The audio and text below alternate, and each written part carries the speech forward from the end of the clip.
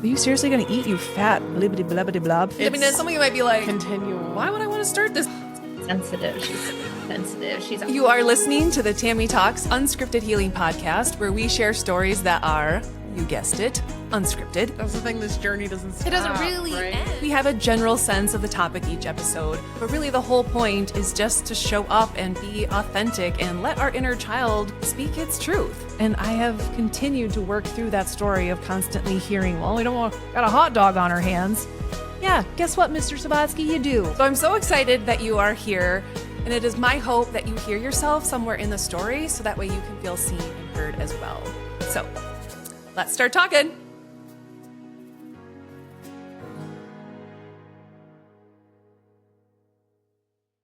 Welcome to the Tami Talks Unscripted Healing podcast.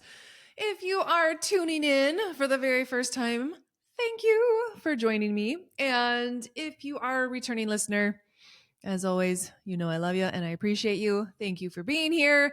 And thank you all so much for those of you that listened to last week's episode with the sweetest soul in the world, Wendy C. Wilson. Thank you so much for the feedback that you gave me that I could then share with her, because her whole purpose is to help people, right? And so when these guests come on, they're pretty vulnerable, right? And of course, she wrote a book, so she was prepared for that. But still, just knowing that you helped one person or that your message resonated with someone, it means the world to those of us that are putting ourselves out there. So thank you for that. And I made sure to share those little messages of encouragement to her. And so, as always, when I do solo episodes, I'm usually bringing you some current events that have happened in my life.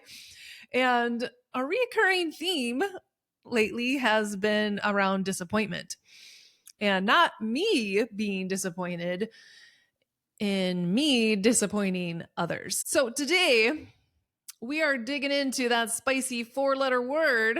No, not the one that you're thinking of. I'm talking about fear. Fear, F-E-A-R, fear. Specifically, the fear of disappointing people. This one runs deep, especially for people pleasers, for high achievers, for peacemakers. Oh, I know you feel this one with me. I know you feel this one. Oh, so we're going to unpack it together today, because I have had a couple situations come up in the past couple weeks where it became very apparent that that is a legit fear that I have. And this is one of those things where I can look into my childhood and try to understand maybe where that came from. But sometimes when it is a fear that is so intense, like I would rather die than disappoint someone. I know that seems like an exaggeration, but if you resonate to the level of people pleasing that I do, you know that that feels real. Like, nope, I'd rather just crumble up and fall over and die. I do not want to disappoint you.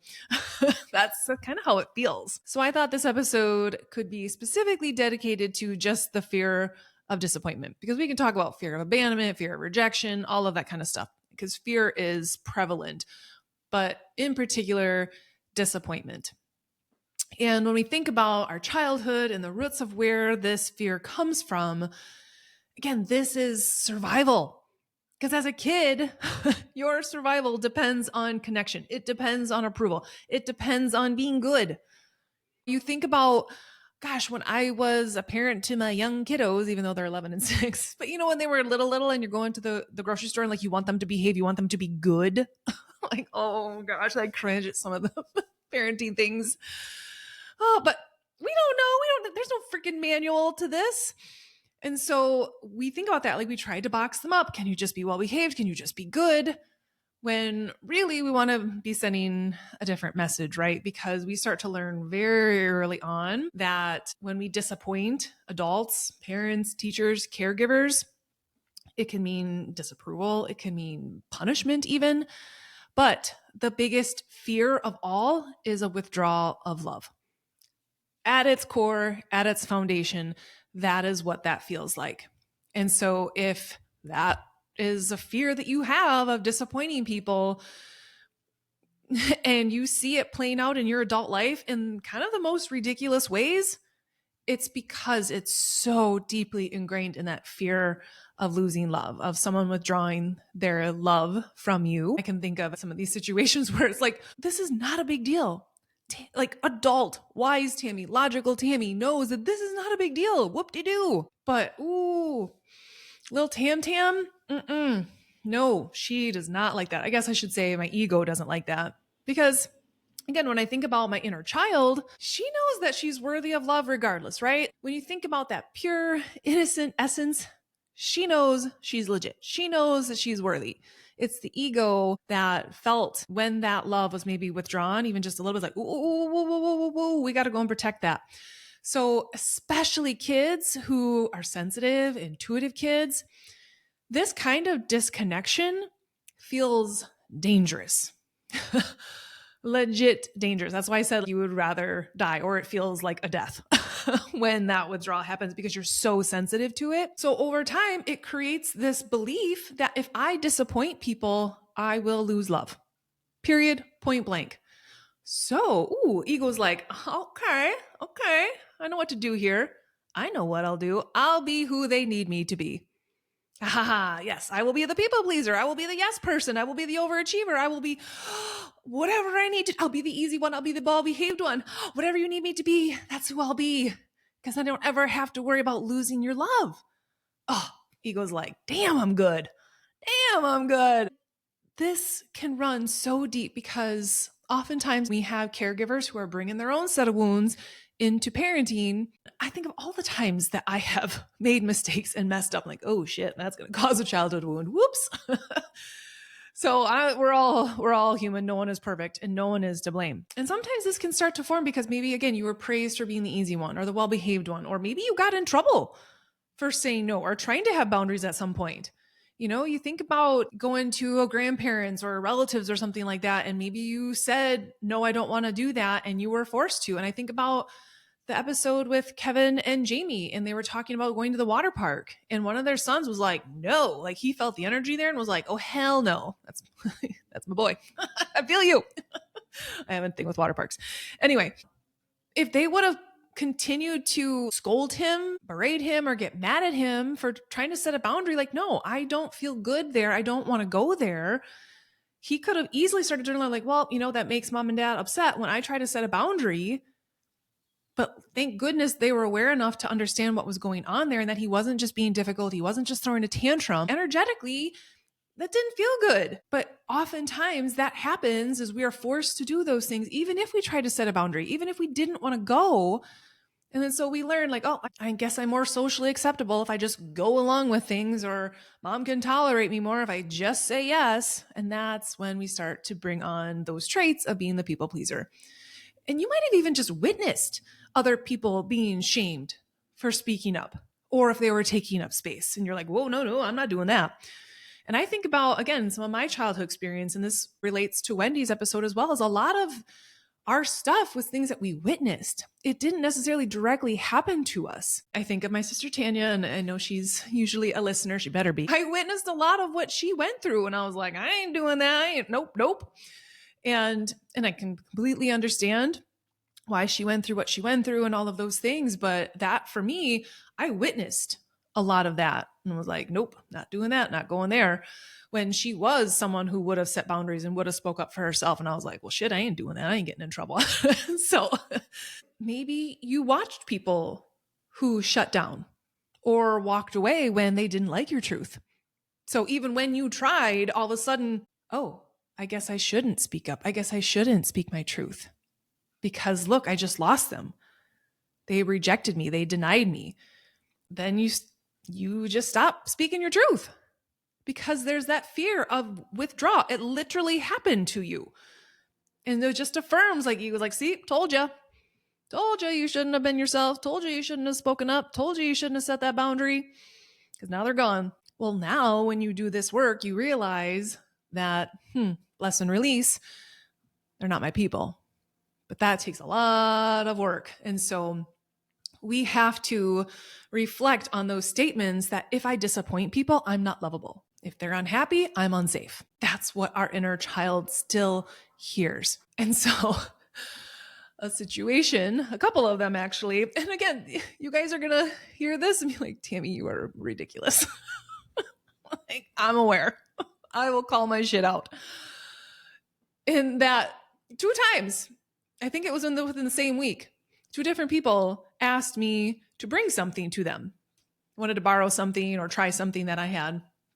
And I forgot.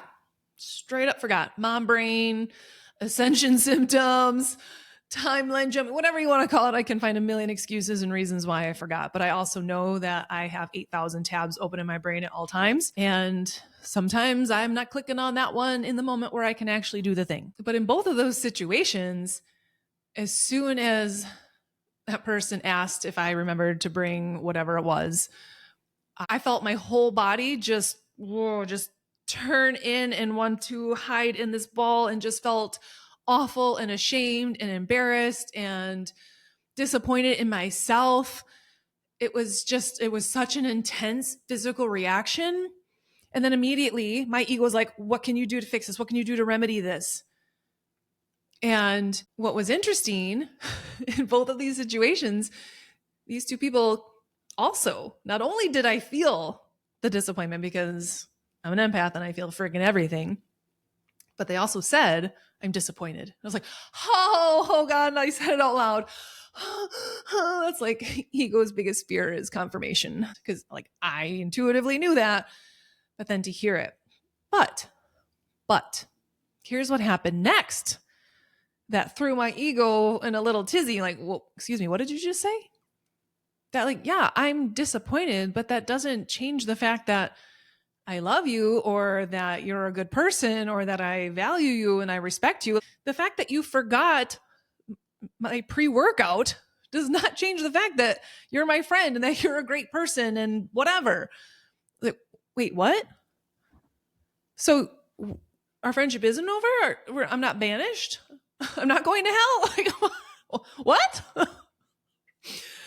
It was a very unsettling feeling. One, to sit in that, like, and it was so cool because both people gave me a chance to sit in it. Like, to actually, yeah, you did. You disappointed me. That's it.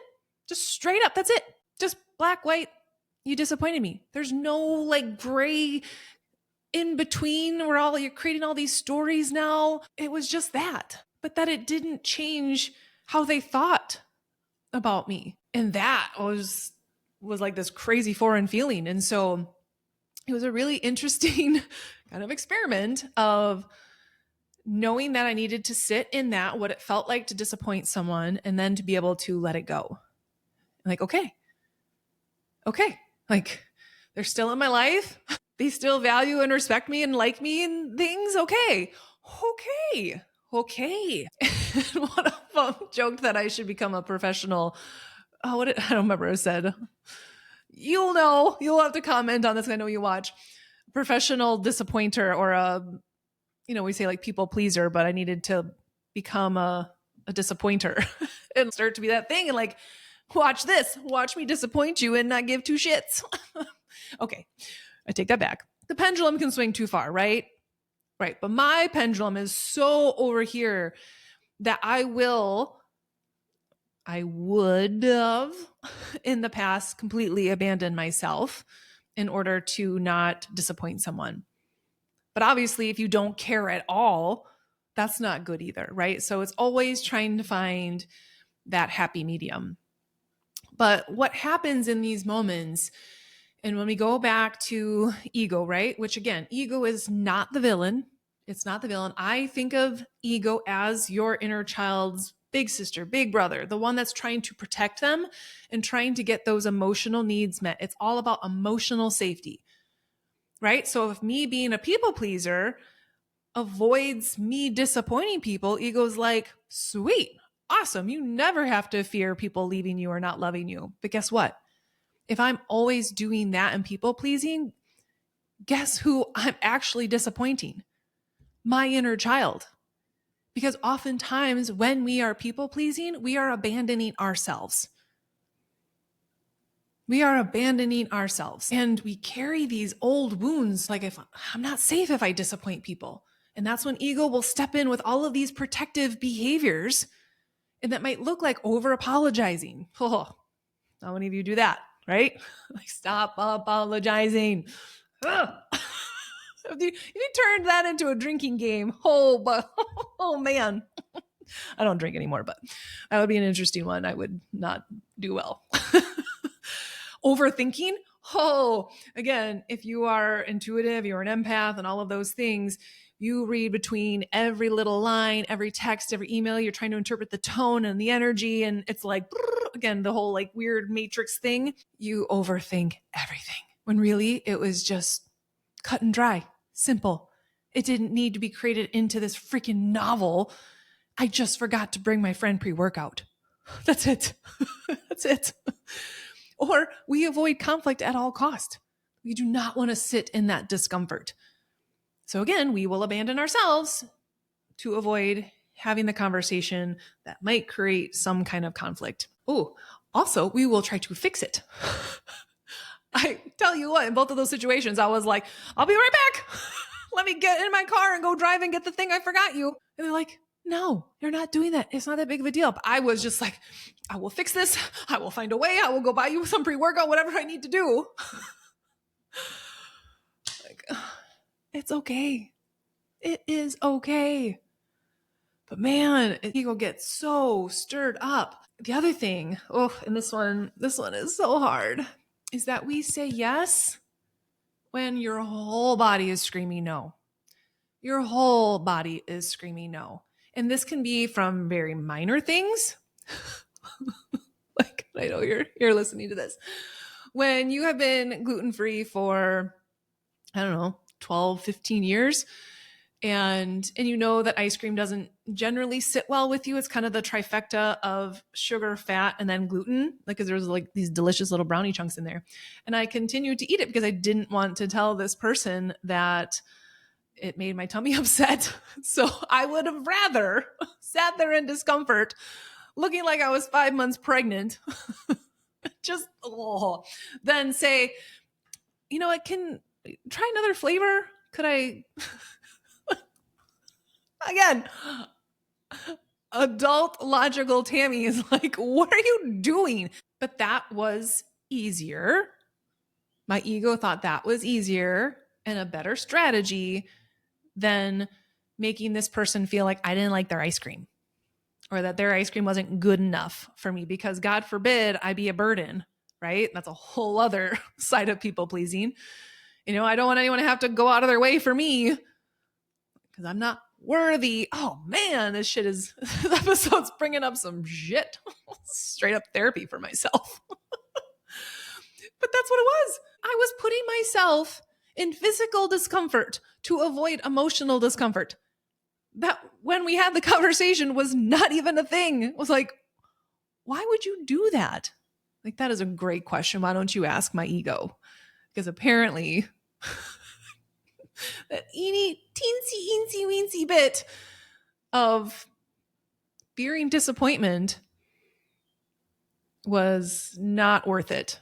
And therefore I sat feeling uncomfortable. But now, having had that conversation, like, oh, okay. It's like one less time that I have to fear abandoning myself now, because it's just out there. It's just clear. And sometimes for us, we need to be very clear and communicate sometimes before you're in it, right? Before there's expectations. If we can put our needs out there right away, then you don't have to have that fear. I mean, I've been at restaurants before where I've asked for gluten-free bread and they didn't put it on there. It's like, oh, well, that's fine. Like, no, it's not. Like, you're paying for this, send it back, you know, or there's a hair on your food and you're like, it's fine, I'll just pick it out. Like, no, no. But you think about this, like, I'm joking right now, but this is also incredibly serious, because again, especially as women, think about how many times you might say yes when you are screaming no. And I know I shared this in an episode or two, maybe it was the one with Krista around sexual assault and things like that, where I had an encounter where someone was approaching me and in just a creepy, like, way. I was fine, but everything in me was like, dude, get the away from me, gross. But I'm in my people pleasing, and avoiding making this person feel uncomfortable. Instead, I was trying to like beat around the bush and bob and weave and not actually say, no, I'm not interested. Leave me alone. When every part of me was screaming that. And it was almost like this weird out of body experience where I could see it happening. And I was like, Tami, what are you doing? I was actually saying like, ego, what are you doing? And I remember coming home and I was so, I wanted to say disappointed in myself, but I was actually like disappointed in my ego. Like, whoa, that is taking people pleasing way too far. I think about my daughter and I think about my son and like, no. That was not okay. And again, I was in a safe situation, but there are times when women are not. And that kind of stuff can come up. And we have to be able to speak up. But it's no joke that fear runs deep to the point where we can put ourselves in harmful situations. And I'm not just talking about a belly bloat from gluten ice cream, like physical harm, because we're not listening to our intuition. We're not allowing ourselves to speak up because maybe we have a blocked throat chakra, because we were told you're better to be seen and not heard growing up, or you were shushed all the time, or whatever it was, for whatever reason, you can't get it out to speak. And I still feel that, like where it's right there and I know what I want to say and I can't always communicate it. And it sometimes takes me a while. And we've talked about this of trying to, in the moment, be able to say those things. And sometimes it just doesn't, it's just trapped there. And so it's this constant work to be in a safe environment. And in this case, it was great because these were two people that I really enjoy and respect and have great relationships with. So they allowed me to feel safe in knowing that I disappointed them and that it was okay. And so I was like, oh, okay. So it was kind of practicing like, oh, okay, I can do this. Whew, right? It's just like these little moments where we have to be able to sit in that discomfort ourselves and learn how to move through that. Know that we're going to be okay. And I kind of talked about this other one a little bit, this hyper awareness that we have in interpreting people's tone and their energy and their reaction and just overreading that. And this is hard because I know I'm very good at reading those things, but I also have been gaslit before. And people being like, that's not what I meant, or that's not what I heard, or whatever. And it makes you question those things when it was very clear. And so that's a tricky thing to navigate as well. You know, when am I spot the you know what on versus actually reading too far into those things or anticipating that. Sometimes that's what it is you anticipate what that reaction is going to be. And so be mindful of that as well. And if you are being gaslit, finding your voice to be able to be like, no, it doesn't matter what you meant. This is how it felt to me. This is what I heard. And being able to honor that. But just know that these are all these little adaptations that your ego does. They're not flaws. It doesn't make you bad. It doesn't make you less of a person or less mature or anything like that. It's just these are coping strategies that your ego developed as a way to get that need met, to make sure that no one ever withdrew their love from you. Meanwhile, you're withdrawing it from yourself. So when we think about how do we heal this pattern, how can we start to feel safe? Because that's really what it's all about. But here's the thing. Again, this work is so simple because all you need to do is make sure that you never abandon yourself, that you never disappoint yourself, your inner child. So that part is simple. Done. That is the answer. But it's not easy because of all of the things I just listed and how our ego swoops in before we even have a chance to come in as that wise adult, as that highest self, as adult Tami. Like I don't even have a chance sometimes to be like, I knew what I could have done or said, but ego didn't even let me get a freaking chance. And now I got to come back around and correct that. But there are ways to do that. But part of this is we have to remember that healing, it doesn't mean that we never fear disappointing others. It just means that we're no longer going to let fear drive the bus, right? And I have talked about that whole analogy before about how your ego will take over and start driving the bus because it feels like it knows better. It feels any threat of a withdrawal of love, attention, affection, and it's like, I got this. the steering wheel, this is where we're going. Like, no, no, no, no, no. Because that's taking you down, abandoned alley. We don't want to go down that road.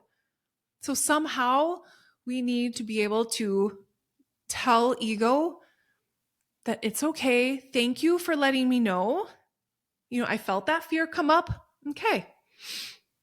I'm going to sit in it, but I'm still in the driver's seat. You can be right here. That's fine. But I am still driving this bus. If I need to pull over and take a moment, I will. But I still know where we're going, and we're not going down abandoned alley. No. And so if we can allow ourselves to kind of keep that visual in mind, because I do think that is helpful, because sometimes it just feels so automatic. We're on autopilot and it just happens so quickly. Like sometimes you need to be able to snap out of it. But when you can feel that come up, and I talked about that on the last week's episode with Wendy, what those triggers feel like sometimes it's that tightness, it's the lump in your throat, it's the pit in your stomach, or you start sweating, or whatever it is. Again, you maybe feel your body kind of like curling in that fetal position. Then you can know like, oh, okay, whew. Sometimes I might just literally need to put my hands on my heart and just take some deep breaths. But think of that as like, that's me pulling the bus over, and I need to collect myself and regulate myself before I can get back on the road. So I want to also kind of introduce this idea that growth might actually look like you disappointing people on purpose. And that's kind of what my friend said. Like, you should do this more often. Like, I might just do that. I'll start disappointing you all the time as practice, because you can find those safe people, right? Who already love you unconditionally, who are not going to change their opinion of you because you forgot one little thing, or in a moment you said the wrong, whatever it is, right? You can find those safe people. And when they ask you to do something and you say, no, I'm busy, or no, I'm not interested, or no, I'm not feeling like it. And you sit with that and be like, okay, we're still friends. Okay, cool. Awesome. And that might be a way to start practicing that. So when you are in situations that are a little bit bigger, a little bit more intense, that you can do this and still feel safe. But a big part of this work is reconnecting with your inner child and letting them know, hey, guess what? You are still loved. Even if someone's disappointed, you are safe. Even if someone doesn't approve of your choices. And, I didn't know if I was going to bring this up, but here it is. Yep, here it is.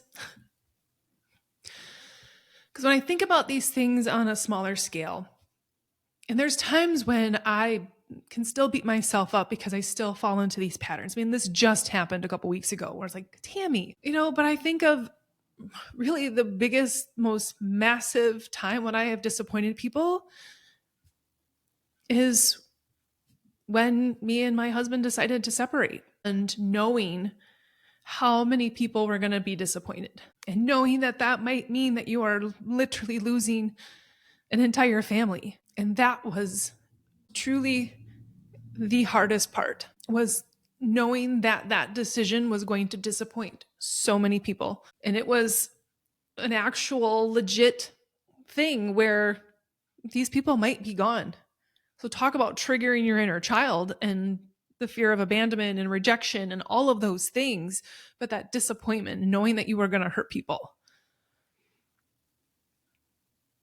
And so I was like, oh, damn, like I did that. And I'm still okay. I'm actually better than okay. And I guess I need to remember that, because I don't think I remembered that in these past few weeks, because that was by far the most I have ever disappointed people. But I knew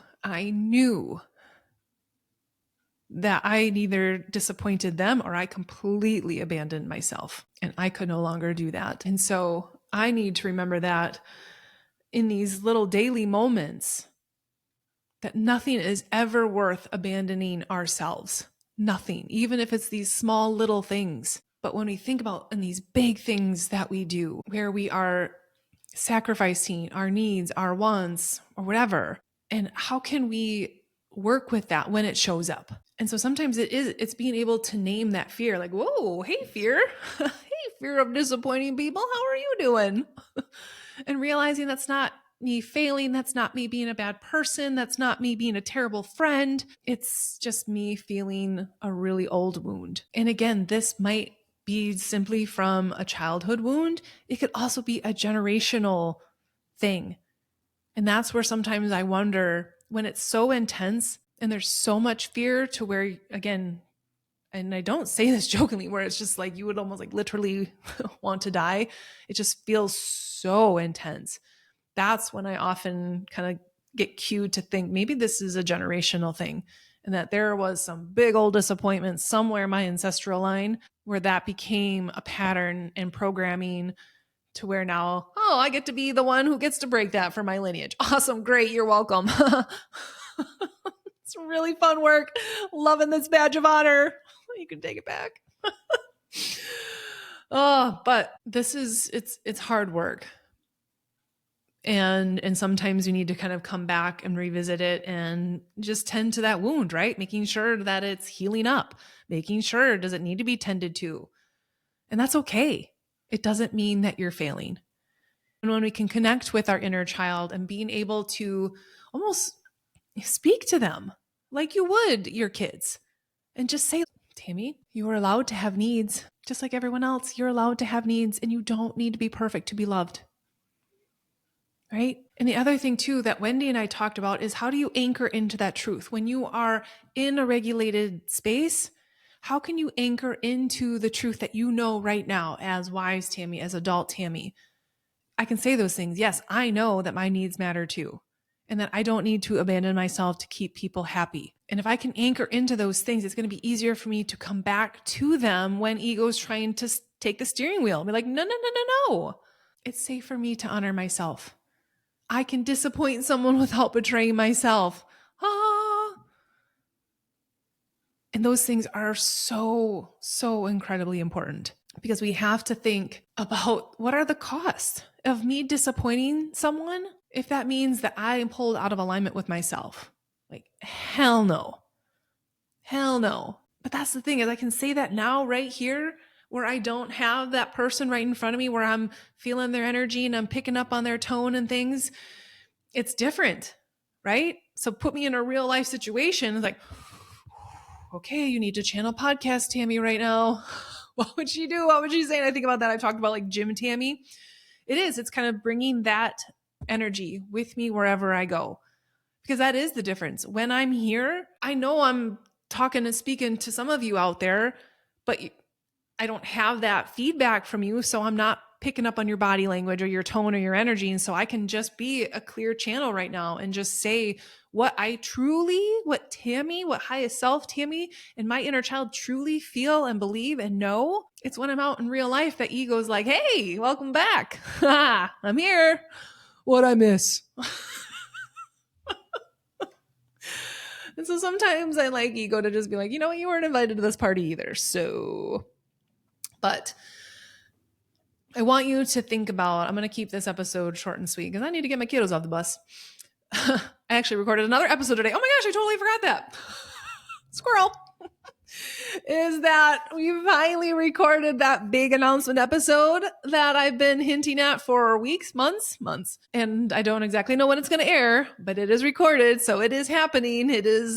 I'm getting ready to edit it and hit publish anytime we're ready to make the official announcement. But I recorded that earlier today. So I'm doing another episode. I'm like, I want to talk about this because this is real for a lot of people. And again, and if this doesn't resonate with you, I bow down to you.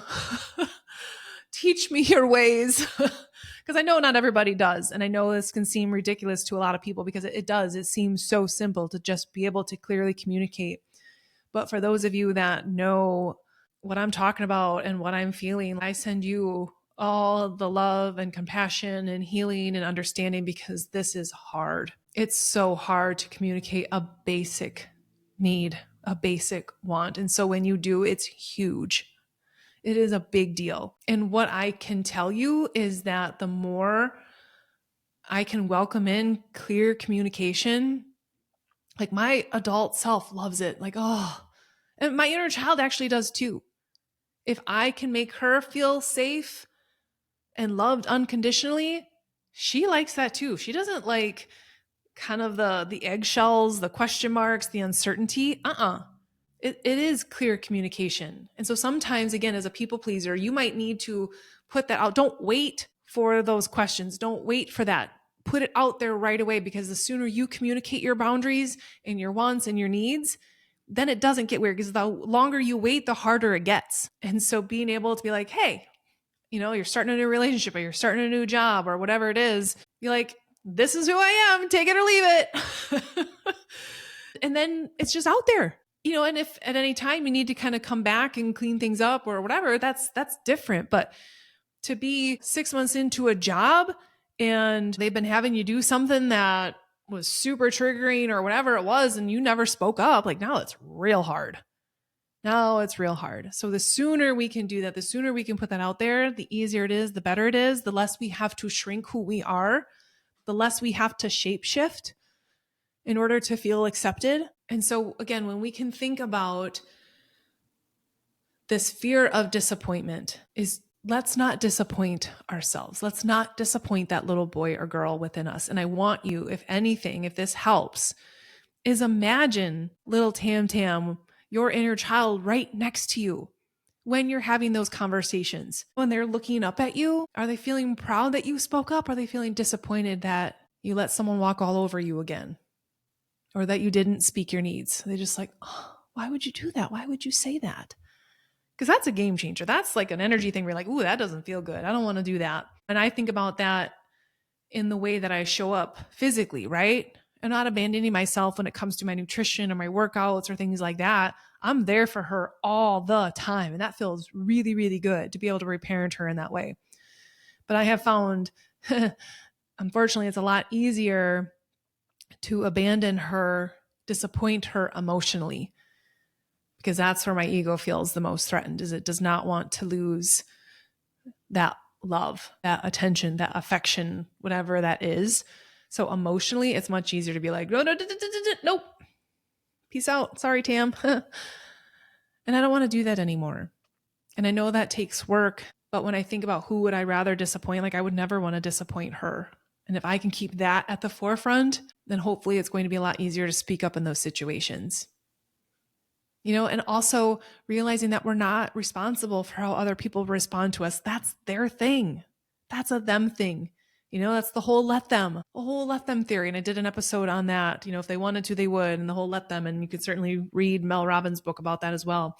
But that can be really powerful, is that you're no longer attaching yourself to the story or trying to take on the fixing and making things better. No, if they're uncomfortable, they're disappointed, let them sit in that and work through that themselves. I can apologize, and then I can do better next time. And I can reflect on maybe, why did I forget, or whatever it was, or just also leave it at that and move on. So this is what this emotional wellness is all about. It is not about perfection.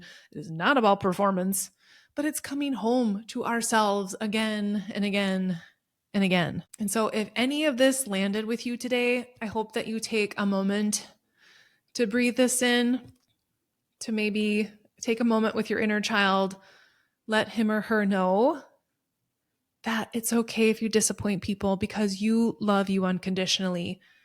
It's okay if we make mistakes and we're not perfect. You still love them unconditionally. And so whatever else happens with the people around you, so be it. And if you're ready to dive deeper into this work, whether it's for you or your job or whatever, you know where to find me, because I could talk about this stuff all day long. That's why I have a podcast called Tami Talks. But truly, I am very passionate about this, because I see how it impacts every area of our life, our relationship with our kids and how we raise them. I don't want my kids to have this fear of disappointing me. And again, being mindful of where that pendulum swings, but I want them to know that they can make mistakes. And even if they disappoint me, that I still love them unconditionally. We can talk about why they disappointed me, what we could do differently, but I want them to always know, no matter what, that I love them unconditionally, but that they also need to do that for themselves, because it always comes from within. So I hope that this message landed for those of you that needed to hear it. And yeah, I want you to think about, how can you show up for your inner child? How can you speak his or her truth when you need to, Is there an area of your life where you are still shrinking? You're still shape-shifting? And if so, how can you start to feel safe in that when you speak your truth? Thinking of what's the worst that could happen, but also what's the best that could happen. Great. All right. On that note, thank you all for tuning in, and I hope to get that announcement episode to you guys. Thank you again for listening, for spending some time with me, and from my inner child to yours. Thank you for being